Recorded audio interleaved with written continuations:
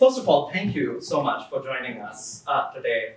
And I would like to anchor today's discussion on two themes. The first is how we improve public trust in science and science-based decision-making. Lack of public trust in science is no longer a fringe policy challenge. In fact, the whole mission of using science and technology to solve societal challenges kind of falls apart when people don't trust science. And we can come up with all kinds of fancy AI applications and use the state-of-the-art data analytics to analyze which policy works best. But if people don't trust science, these efforts are just moot. So we really need to figure out how to improve public trust in science. The second theme I would like to focus on this conversation is how we can ensure that the scientific workplace is inclusive and how we can increase representation of women and people from underrepresented communities in the scientific workforce. And the reason why I think this inclusion is critical is not just because that's the right thing to do in a democratic society, but because there are real opportunity costs of missing out on innovators if we don't have an inclusive scientific workforce. With that, I want to begin with the issue of building trust in science. And I want to go to Oeindrila first. Oeindrila, you have done some incredible work on how to get the public to trust experts in healthcare in the context of Sierra Leone and Africa. And you wrote a really amazing op-ed in the New York Times with Kate Baker from the Harris School about how the lessons from Sierra Leone are applicable more broadly, about how to build trust in institutions and trust in science. Can you tell us a little bit more about that work? Sure, I'm happy to. So I wrote the op-ed with Kate because we thought this was in March 2020 at the start of the COVID pandemic, and we thought there were some very relevant lessons to be gleaned from a study that I had done in Sierra Leone in West Africa in the context of a very different epidemic, the Ebola crisis of 2014. And our work there actually started several years before the epidemic broke out. And it started with the observation that in many countries like Sierra Leone, people do not use the healthcare system because they simply do not trust that they will get high quality services and because they don't trust health workers there. So imagine one of the poorest countries in the world, there's a clinic right there and no one uses it. So our question that we wanted to address was, can getting the community involved improve things? So what we did is we worked in hundreds of communities, and in some of them, we instituted a form of community monitoring. This gave the community an opportunity to get involved with oversight of the clinic through a series of meetings where they would be meeting with the healthcare workers and each side would share grievances. So the community members would tell the nurse at the clinics, hey, we turn up at the clinic and you don't even listen when we're telling you what's wrong. How are you going to diagnose us? Or you're charging fees illegally and we're not supposed to pay. The clinic staff, in turn, would have their own complaints that they levied. They would say, how can we help you if you don't actually come into the clinic? Women are giving birth in the home instead of coming in. You have to come in to help us. And through these conversations and through these dialogues, they would develop joint compacts where they would list out things that they would do and commitments each side would make to address the other's concerns.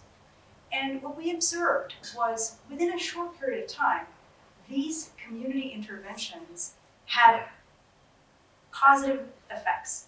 First of all, people in the surrounding areas started using the clinics more. Utilization went way up. Second, they were more satisfied with the services provided. Third, their belief in Western medicine changed for the positive.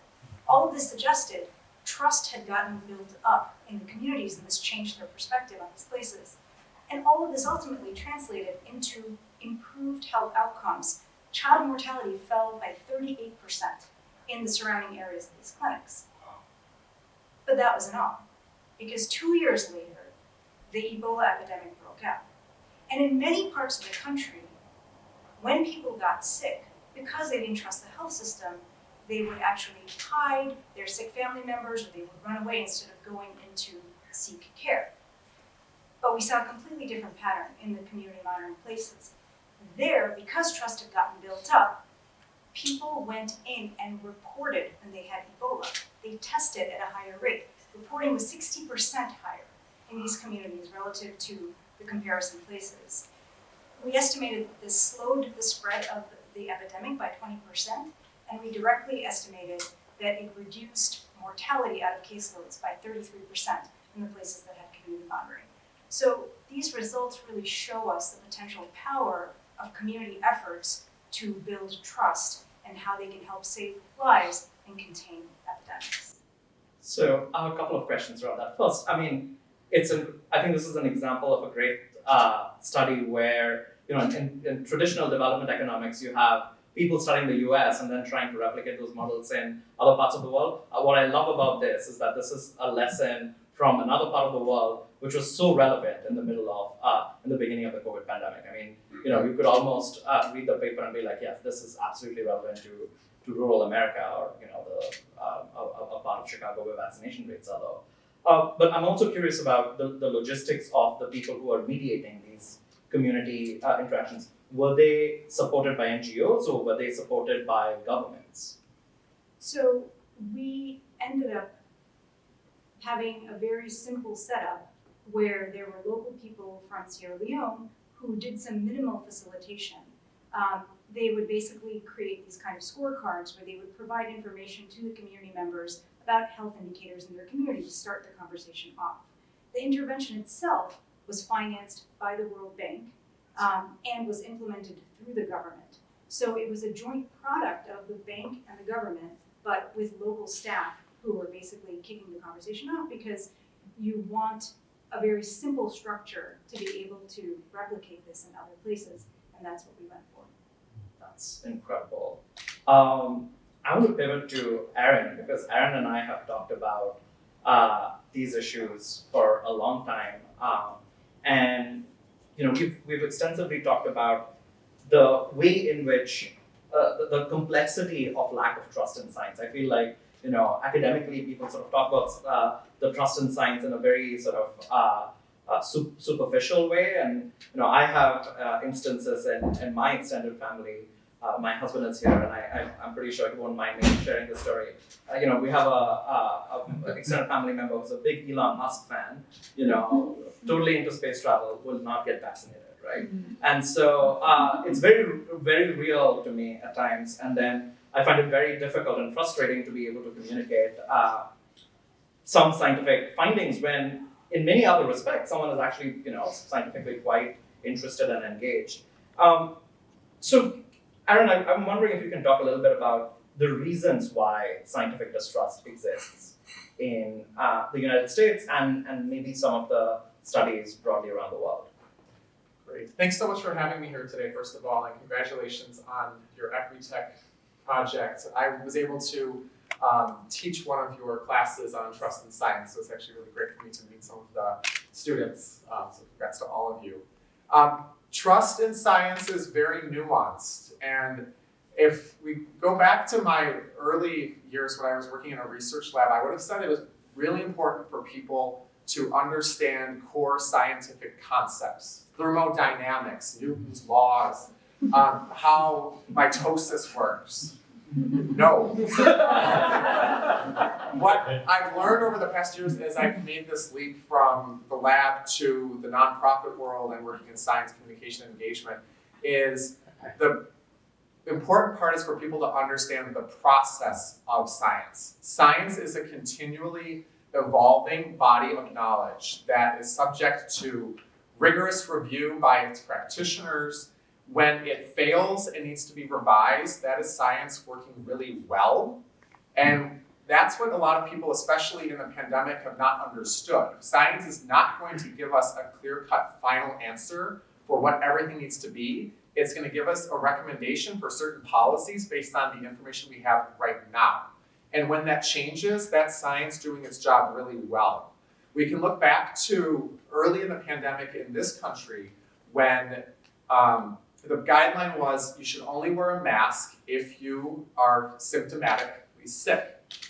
Then we learned later that it was possible for people to transmit COVID if they were asymptomatic. So now the guideline was everyone should wear a mask.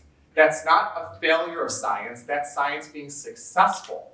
Unfortunately, that wasn't conveyed as a success of science, but rather science flip-flopping, policymakers not following science, and I think it led to a lot of distrust for all the reasons that we've just been talking about. So that's what I'm trying to convey in a lot of my work, is that science is this evolving process. It's nuanced, and I'm thrilled to hear about your community venture. I'll use this as an opportunity to talk about one of the visions that Abhilash and I laid out. We co-authored an editorial in March in Science Magazine where we laid out a vision for an American Science Corps. And it's still a vision at this point, and we're working on finding the right policymakers to help us enact this very ambitious plan. But what we would love to do is to enact basically a Peace Corps for science. What's happening right now is there's a huge pipeline of scientists being trained as graduate students and postdocs. They're not all going to get their academic dream jobs. We would love for them to have not a fallback, but actually a really exciting next professional step where they could be deployed around the country and develop locally specific community-based efforts like what you and your colleagues did in Sierra Leone to build trust in science and trust in scientific institutions. So giving these people gainful employment, properly compensated, and an opportunity to use the science that they learned and apply this into communities where it can make a real difference. We think that kind of on the ground and community engagement, as you were talking about with your work, is the way really to make inroads on this issue.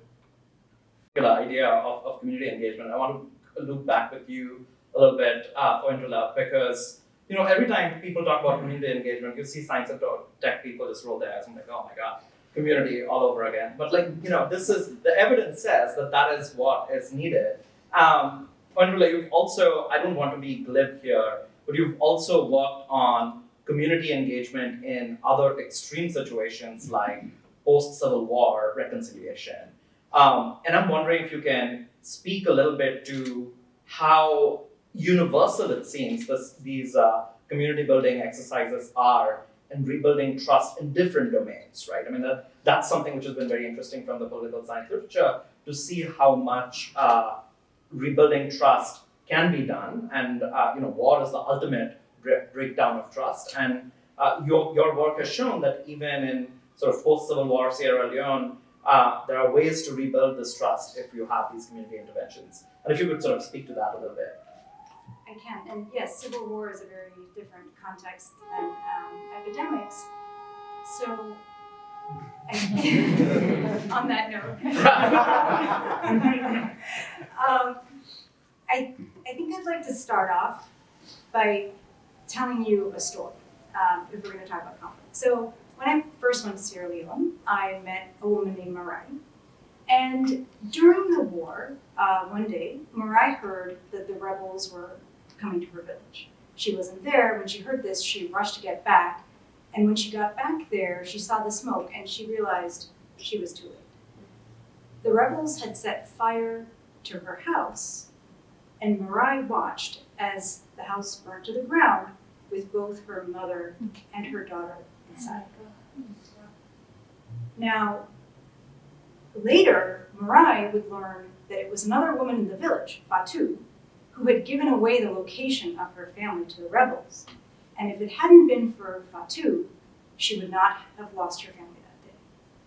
Now, when I met Marai, it was 10 years later, and she and Fatu still live in the same village, and she told me that every morning when she wakes up, she plans her day so she doesn't run into Fatu, and Fatu does the same. So this really highlights the core challenge that faces every country coming out of conflict, that they need to find some way of repairing these broken ties and reinstituting what we think of as social capital. And this is a big challenge, right? It's a challenge to restore trust in the context of science, but this challenge is very stark in the context of conflict, right? And so the question we asked is, can an explicit truth and reconciliation effort achieve that? What's a truth and reconciliation effort? The one that we examined was one that actually brought together victims and perpetrators. And victims would come and they would describe the atrocities they experienced, and perpetrators would admit to crimes they committed, no one was punished and no one was compensated. So the question is, can something like this simple type of intervention that's difficult for people, but simple, actually work to restore trust and the social capital? And once again, we did a large-scale social science experiment. We worked in several hundred villages, and some of the places went through reconciliation and others didn't. And what we saw was actually really heartening about the potential power of reconciliation. We saw that people that had gone through this process forgave their war perpetrators to a greater degree. And by the way, we're asking this a year after they've gone through the process, so it's not like all of this talk is fresh in their mind. They trusted former combatants to a greater degree in these places. The social networks changed completely, so there were more social ties and friendships formed in these places. And people contributed more to public goods and participated more in community organizations in these places. And we think of all of this as a very heartening indication that you can have a restoration of trust even where these cleavages are very deep through some very simple efforts to pair people together. Now, it wasn't all completely rosy. It turns out that this was a really difficult process for people to go through. Victims had to relive some of these negative war memories, and perpetrators felt shame in admitting to crimes, and people who were listening to these stories heard new things that they had never even realized how bad things were during the war. And consistent with this, we do actually see higher depression and anxiety in the places that have gone through the reconciliation process. Now, we think there's ways of addressing that and improving these processes to minimize the psychological cost. But we think it's well worth trying to figure out how to retain that societal benefit, because you can have a low-cost intervention that actually overcomes these very large severed ties that take place in the context of conflict. So hopefully we can port that to other divisions as well. Have you seen similar interventions in the United States? We haven't. When Aaron and I were thinking about the American Science Corps, we were like, why isn't this program? You know, it's a fraction of the NSF, DOD budget. Why isn't this a priority? But do you feel like the policymaking process somehow thinks of community building as too mushy and doesn't deal with it? Or why do you think that doesn't exist? We have the resources. I know a place where it's been tried without much success is in the context of some police-community relationships, but where I've seen it derailed there because the process has become very politicized.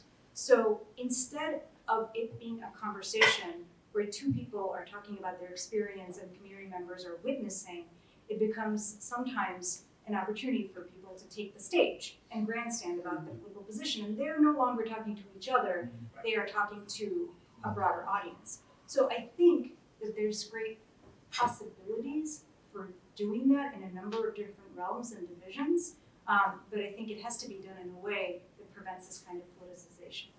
Yeah, the mechanics of this, and which is why I was sort of asking you earlier as to, in your Sierra Leone context, who are the people who are building the trust? Because if it is, folks coming from government and there's already a deep distrust in government, Yeah. you kind of see that being reflected. So really understanding the mechanics of these community building is something that is super interesting. Yeah, and I'll just add to that, for the reconciliation process, they really made it a point of keeping it completely local and not allowing anyone else to come in. And that was not connected to the government in any way. This was an NGO, so I think there's great hope in the type of thing that you're describing if there's a way to really keep it separate from politics in a way and to bubble up local interest and get kind of grassroots participation, keeping it separate from the political lines. Thank you for that. I want to move to representation of women in the science task force, which has been a problem that we in the scientific community have struggled with for a long time, but I think there is a reckoning going on right now to sort of say enough is enough, we need to do something about it. Your time as an Equitech Scholar, you spoke very eloquently about the challenges of being a woman in a computer science department, but you've also done some incredible work in trying to confront these challenges. Tell us about what you've done and what you wish to see more of in the world. So I studied at New York University in Abu Dhabi, and I am a computer science major. So navigating this space and this field was really challenging for me as a woman of color in a field that was so very, very densely occupied by men. I noticed that it was not just my peers, like not just my class being full of guys more than girls, my professors and then peer tutors, people we learned about, even though there were so many amazing historic achievements made by women, somehow they never came up. So I always felt like I didn't belong. I always felt like I was trying to be pushed out of a community, like it was sort of a culture that I could not be a part of because I did not identify with people who were a major part of that culture. Now I realized that I was really shutting myself down and not giving myself any sort of confidence or not being open to taking up different opportunities because of this discrimination that I felt until I finally got to see people in places that I wished to occupy. When I had my first female computer science professor, when I found this community of these amazing women working in STEM and encouraging each other, building resource centers for each other of like both emotional and structural support. So that's when I decided to be a part of this WeSTEM high school conference because that was when I said enough is enough. I realized that when I came from high school to university, a lot of girls did not want to be a part of STEM. So I studied in the United Arab Emirates, and we started this conference targeted towards high school girls to encourage them to be a part of these STEM spaces. And we wanted to do that in a fun way, to make STEM seem approachable, not daunting, something you can do. So essentially what the conference did was we brought in a lot of amazing women in the region who were at the forefront of like different scientific backgrounds. Some of them worked in space institutions, some of them worked as chemists, some of them as mathematicians. We tried to show these girls all these different pathways that you can take, both academically and professionally. And we also had some workshops to get some hands-on learning so that they get a taste of this thing and also know that it's achievable. It's not as hard as it seems. So we had a bunch of programming workshops, some physics workshops, some biochem experiments. So that was sort of the step I wanted to take to bring more people into the STEM space, especially within higher education, moving from high school to university. That's incredible. And I just want to say that as someone who's at a policy school, every time I listen to these stories, I'm like, what is the underlying thread here? But one of the interesting things that I find here is the role of affect in learning, the role of emotional connections that come, which is relevant in the context of trust building, in the context of science, or having people feel like they belong. Like lack of belonging is a lack of trust in a particular kind of institution. And often, I was a physicist my whole life till I was, I think, 30. I'm a physicist now, I guess, too. But you don't talk about the role of affect in learning, and that just ends up being so pivotal to the way in which people experience learning, and it seems like we have ignored affect for far too long. I want to actually move to Aaron, who's launched a fascinating program called Our Future is Science, which the goal of which is to sort of create these kinds of networks between older mentees and mentors to bring more people into science. Can you tell us a little more about that? In one moment, I just want to build on a couple of things you mentioned I haven't spoken public about this in a while. In my postdoc, I just want to say how much I appreciate the work you're doing. In my postdoc, I had a couple instances where I observed overt discrimination against my female colleagues. One was a Nobel laureate giving a lecture to our university campus who talked about his early career recruiting people to his lab and finding a strong preference for, quote, the weaker sex for the people he was interviewing.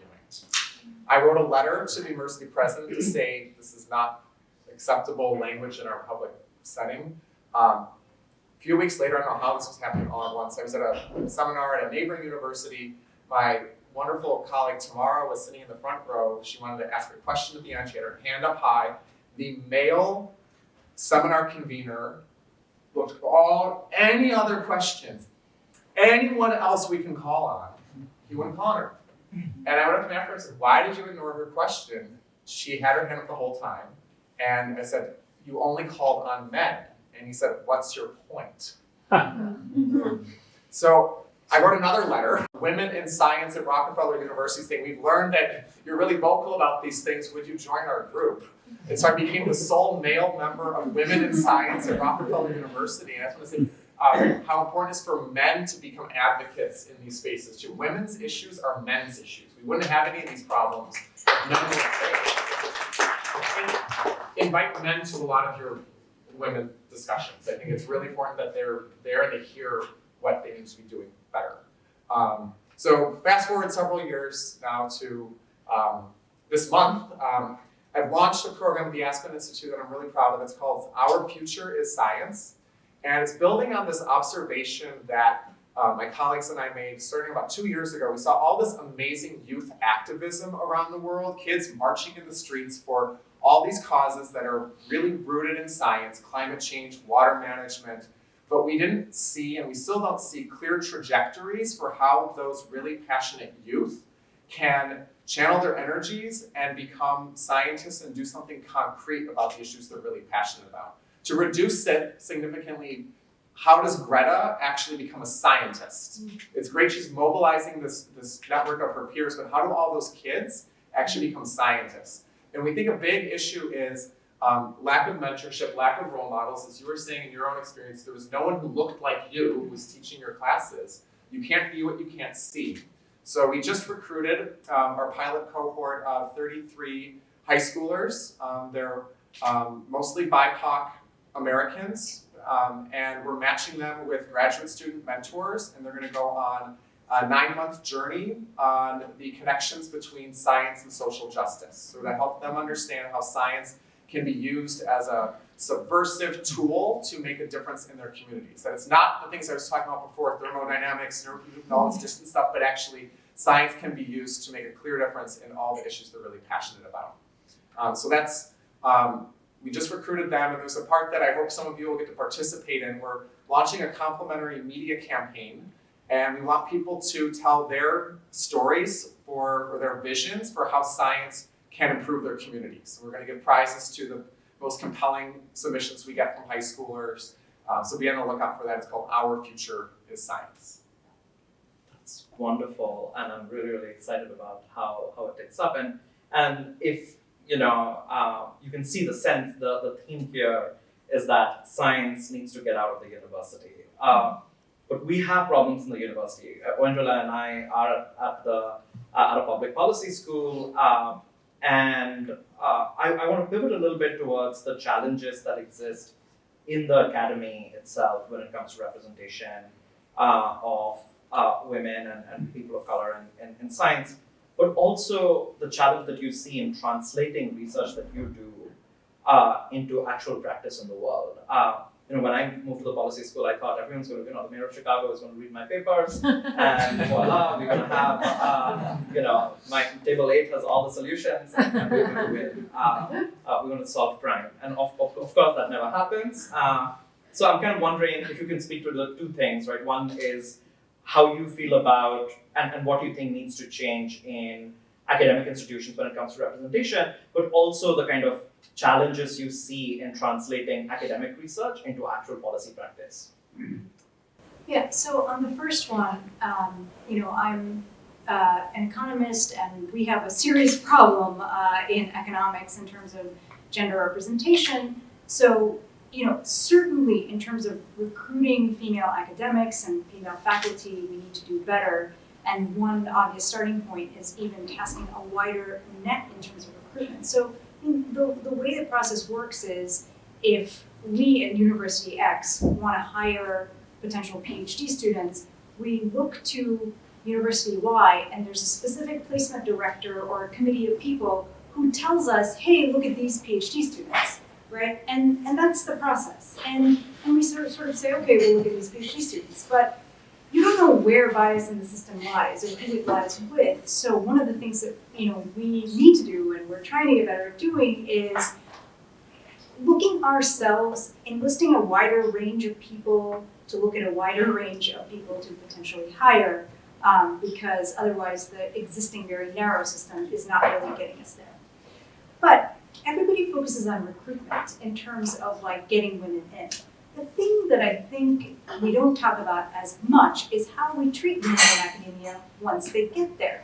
You were talking about affect and a sense of belonging. You know, that continues not just through the PhD process, but I know many female faculty members who are incredibly distinguished in their work, but they have literally imposter syndrome where they feel like, you know, maybe I don't belong here.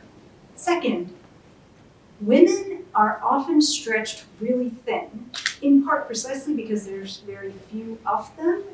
So in each department, they're kind of rolled onto many, many committees. Ironically, because the departments want to convey a sense of broad representation. But what we do is we then pile a huge amount of work onto, you know, the few faculty who are there, and we're not helping them succeed. We need to think about how to like help them succeed once they get to academia. So that was on your first question. On the second one about translating research to policy, you know, I have to say it's a really tough one, especially when you're working in the developing world, as much of my work is. I think we as researchers and academics have now figured out how to do really good social science experiments. We've set up institutions that help us run these large projects in another context. And we can find exciting answers. But I don't think we've actually figured out how to scale those projects in a meaningful way. Because what does it mean if you want to now go and do community monitoring, or you want the government of Sierra Leone to implement this nationwide? We even worked with them on the project itself, right? What it means is you have to have somebody on the ground looking for the right opportunity, for the right minister, for the right government personnel to come through who want to scale that. We haven't figured out a structure. We haven't committed the resources we need to actually scale that work. And I think a lot of the organizations that I work with are trying to figure out how to do that in a better way, but we haven't gotten there yet. And I think we need to think about that more. And you've done some work in the context of Chicago here, and you're starting to do that. And I'm wondering if you can sort of talk about the complexities that exist in the city, which is, it was very striking to me moving. I grew up in India, I lived in LA for about 6 years, and then moving to Chicago here, and just like, you know, taking the red line from Hyde Park to up to Edgewater where we live, you might as well be going between two countries, right? And it's just striking, and I'm wondering like how your lessons from working in the developing world have translated to working in the context of Chicago, and what are the kind of unique challenges that you've faced with working in the policy setting of the city? So I've been doing some work with the Chicago Police Department on issues of how to reduce uses of force vis-a-vis their interactions with community members. And so I've been working with CPD, and I have to say, here, actually, one of the things I see is that it's a lot easier to have those policy conversations in an ongoing fashion. The University of Chicago has a wonderful entity called the University of Chicago Crime Lab, which actually has done a fantastic job of figuring out how to have that kind of sustained presence where they're not just doing research, but they're also engaging constantly on the policy dimension. And you know, we have some exciting new work that's showing how training can help reduce uses of force. And what we already see is the potential of scaling it in Chicago. And what we already have heard is, NYPD has heard about this and they're now coming to us. So I see some advantages to being local in being able to, sustain some of the scale up work that takes place. So I actually I'm actually heartened by that. That's amazing. I want to slowly wrap up me talking so that we can open up questions. But at Equitech Futures, we are very optimistic about the future.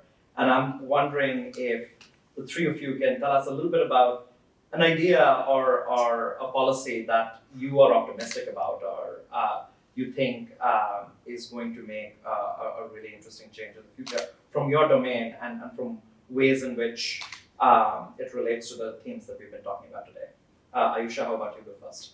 Okay, I feel like it's not technically a policy, but I feel like one of the ways that I've been able to go to places that I dreamed of going, like being a part of Equitech, going to NYU Abu Dhabi, has really been this sort of extensive outreach that has been done and funding. I'm not going to lie, I would not have been in either of these places had it not been for the funding, because oftentimes when we try to get people from different places, we also need to make sure that we are able to give them a comfortable space to exist so they have the time and space to ideate rather than think about a billion different things. So I really hope that there is more outreach to different parts of the world so that we get more brains to think about problems that we don't see right now, but the people who are living it see it, and they have the time, space, and energy to dedicate sort of their minds and, you know, be a part of communities that incite change. Thank you. Just on the topic of this and something that Oeindrila has talked about attracting talent, I forget who it was, but someone was like, how did you find all these scholars from around the world? And look, we literally had our applications out for a month. And my answer was just, we went looking. Like, I think it is, you know, if you just go looking, you'll find incredible talent in the world. It's just that we as institutions have kind of stepped away from looking at that talent in unusual places, right? And in not the traditional places. Aaron. I think we need to reach people in many different media, and this is another thing I haven't spoken about publicly at all. I'm at the very early stages of producing a film with a colleague friend of mine, Shruti Nayak, who's an immunologist at NYU. And we want to make science a taxpayer issue. We want everyday Americans to understand where their medicines come from and just how hard it is to be a scientist, how difficult it is to get funding, to publish, to establish and maintain a research laboratory. And we're launching a film eventually. It's tentatively called 6 Degrees from Science. And in our sizzle reel, we start with me in Times Square in the middle of Manhattan asking, this is after travel resumes, so these are people from all over the country, what they know about where their medicines come from. Anything. Most people couldn't say a thing. Once we got answers, it was plants,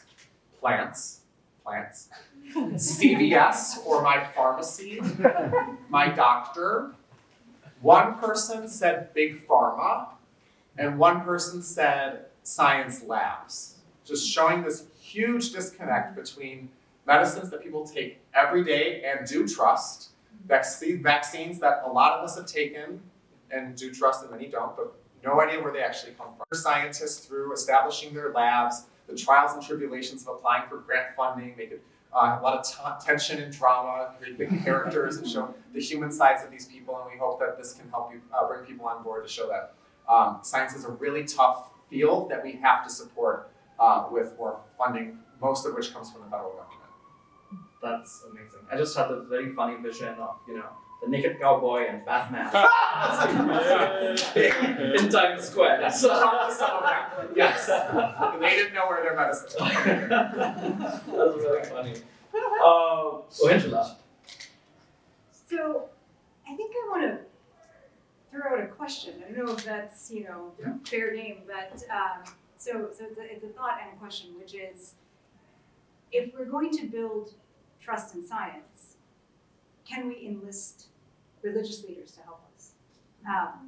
You know, because especially in the US, I think we need to pair, I think we need grassroots efforts where people are speaking, all kinds of community leaders are speaking out on behalf of science, especially to do things like manage health crises.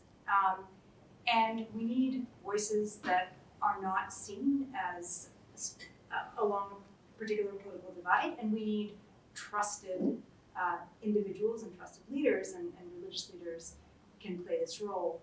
And actually, we had seen this in Sierra Leone with the Ebola epidemic. Things really turned around when imams and pastors got on television and said, you know, advocated changing health behavior. So I love this idea that you guys have about, you know, the kind of the Peace Corps scientists, and can we pair them with local religious leaders to speak out on behalf of science? I have an interesting anecdote here. I recently gave a sermon at a church. That's one thing I'm going to add on my CV. And it was basically a pastor who was very progressive, and she's a pastor in St. Luke's Episcopal Church in Evanston. And she said, you know, the church needs to engage with people who are thinking about the future. And so she asked us, she's a friend of Aaron's, and she asked us. She and I went to high school together. She found her, I hadn't talked to her in years. She found her article and wrote to us, and Abhilash was able to go speak there. I was just fascinated by the fact that in the document it said sermon, so I had to brag about it.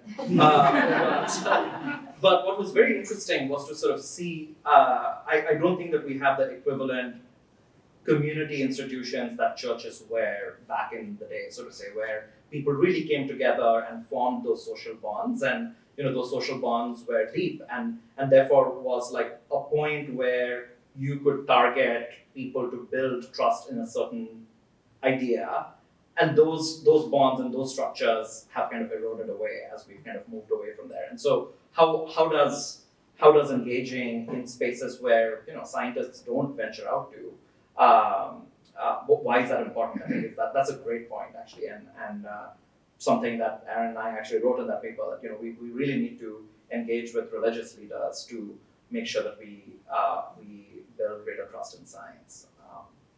I would like to thank everyone on this panel for